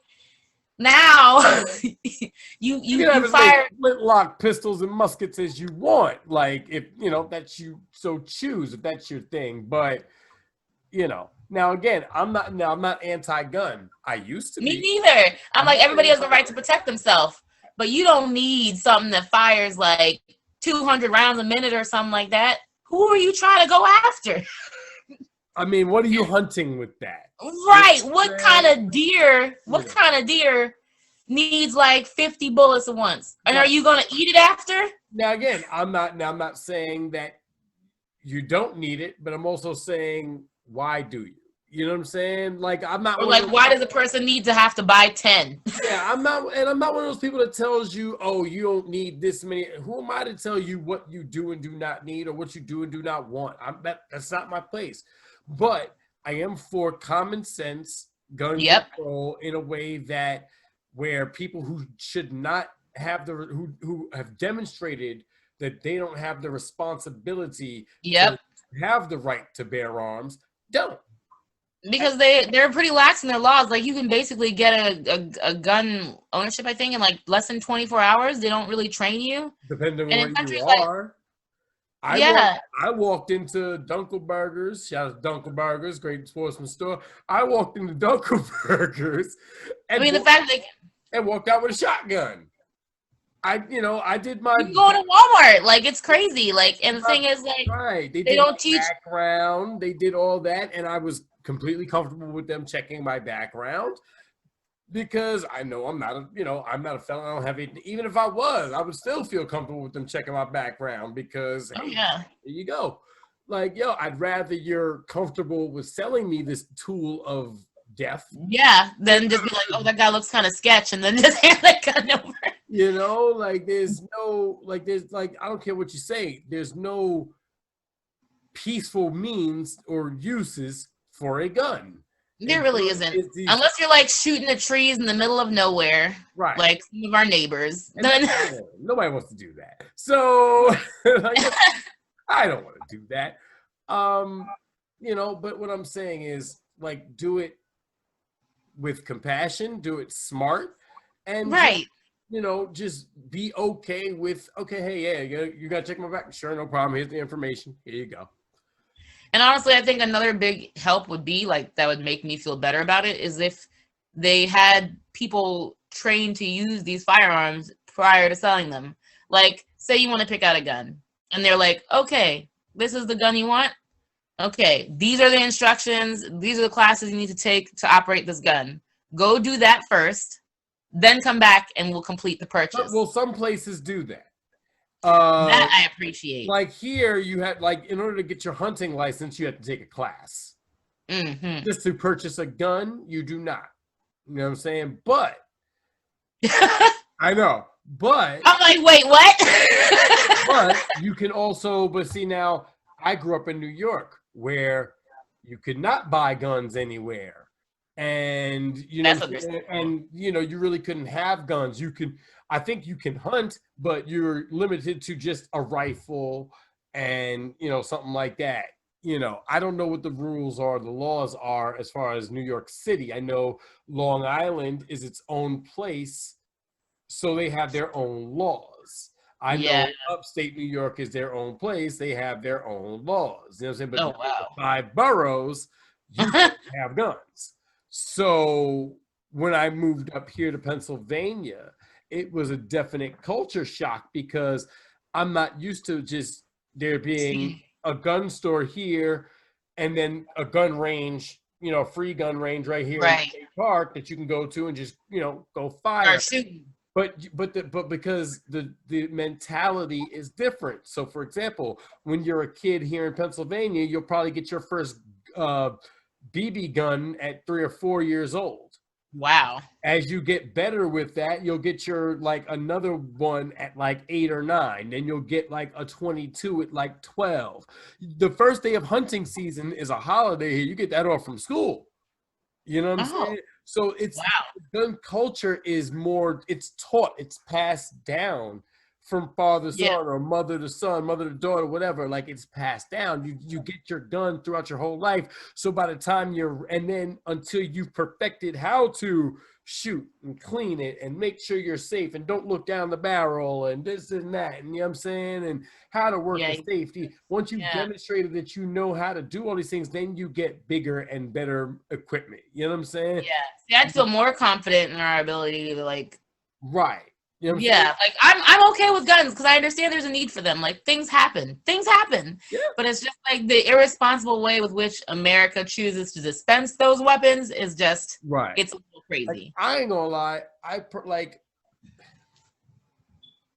George Zimmerman needs to be shot in the head. The fact that he's allowed to just keep like they didn't Diamond put him Skittle in jail. packages and shit He's like that. selling the merch of the person he murdered. Yo, not for nothing, but all those hardcore rappers talking all that slick shit down in Florida, until somebody pops George Zimmerman in the head, I don't believe you. Like, I just, Not even just you like talk all that gangster shit all you want. Shoot that motherfucker. If it's anybody deserves it, because the truth is, shit, I'll use their defense. I would use their defense again. I'm like, yo, I feared for my life. I'm afraid of George Zimmerman, he got away with murder. I'm afraid of him. I fear for my life that he's walking the streets. Like I heard talk that like he couldn't even go to his hometown because they chased him out. Good. Like, yeah, and I'm like, because people like that are just rotten to the core, and it's like, you know, if you can really make a profit off of a child's death, what kind of human being are you? Like he's literally using the death of this poor boy to continue his fame. Yep. And it's totally legal. And that just doesn't sit well with me. No, me neither, man. But that's a whole nother conversation. I know, right? That would be like way out episode there. 2. You know what I mean? We'll That's do that next episode. Oh man. Well, Renee, man, listen, I appreciate you for taking the time to talk to me about all this. Definitely. And I definitely feel more enlightened. And like I said, I'll get you that information in regards to my friend's company. It's called Xanthene's Cafe. Or Xanthene's. Is that spelled X-A-N? Yes. Xanthines. I believe it's Xanthene's Cafe. It might be something else. I'll send you the link through Facebook because she has it on there and she got a website. All right. But she's, you know, like I said, she's one of the smartest people I know. And I also know a young lady who's an iridologist. So she diagnoses people's problems through their vision. Like, you know, she can look at your eyes basically and tell if you're sick or what you know what I mean? Yeah, and I think she's an amazing young lady. And I think it's incumbent upon me to stress how important it is that I know all these very, very, very intelligent young ladies, because you know, I know a lot of smart brothers, man, but I think that we need to uplift our women a lot more. And I know a lot of really, really, really, really, really, really smart women. Shelly Shells is probably one of the smartest women I know. Oh my gosh. Like I said, she's a force of all her own. And you know what? She is, like I said before, she's a dynamo, man, but she's been that way since she was freaking 3 years old. So, you know what? I appreciate everything she does. I appreciate her for linking us, you know, and it was just on a random Facebook post. I know, right? Let's admit, like I told you. And became friends from a random Facebook post that I mentioned something, she responded. And this was the early days of actually replying when you could do that. Like, this was early when you could do that. So, you know, I'm getting all these notifications like, Renee Sophystra Browne mentioned you in the comment. Like, what? Huh? Wait, what? What's going on? Like, I'll talk to you because, like, honestly, like, I feel like I've made a lot of connections with people that I've never actually been in a room with because of, like, Facebook. Like, I've got people, families grow up, have kids and everything, and stay living in Hong Kong or something. And I think that's the blessing of social media. And then, of course, the curse of it is all the rest of it. Yeah. You gotta work with what you got, though. Gotta work with what you got. Tell people where to find you on social media. I'm gonna put it in the description anyway, but tell people where to find you. Definitely. You can look for my Facebook page. It's Lady Sophystra, and that's spelled Sophystra.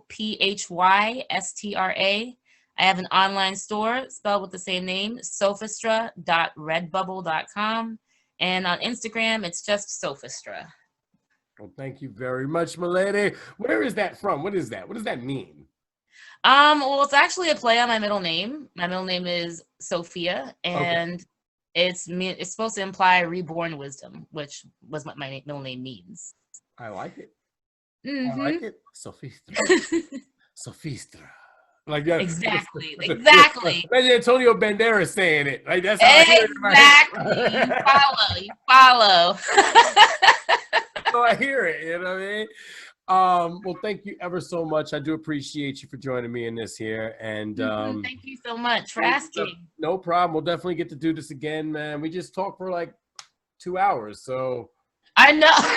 Time flies, though. I really enjoyed this conversation. I did too, and I feel like I learned something. And hopefully, like you say, we can progress and do more and learn more about this disease. And like I'm very serious, man. You might look into get into an island or Africa or something, because like I said, like we're already looking at passports and stuff, because this country is just a little bit much right now, and the signs are there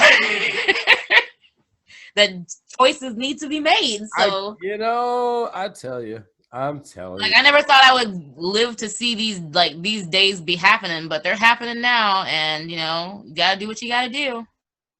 And so we do. You know what I'm saying? Well, Renee, thank you ever so much. Y'all have a blessed one. I will speak to you again. And I'll holler at you in a minute, all right? You have a blessed one now. You too. Thank you so much. You're very welcome. Well, there you go, ladies and gentlemen. That was my friend Renee Sophystra Browne. We definitely learned a lot today in regards to silent diseases and the way that they might affect people. And so I want to say this to you in closing. Like, I know that it can be difficult at times to empathize or see the perspective of somebody else, especially when you can't see that they're going through something. But if you take the time to listen with an open mind and an open heart, I think that you'll find that there are many ways that you can listen, and just that helps tremendously. So with that said, I'm your boy Frank Starfire. This has been the Just to Be Frank podcast. Thank you ever so much for joining me. I do appreciate you. As always, one love, abracadabra.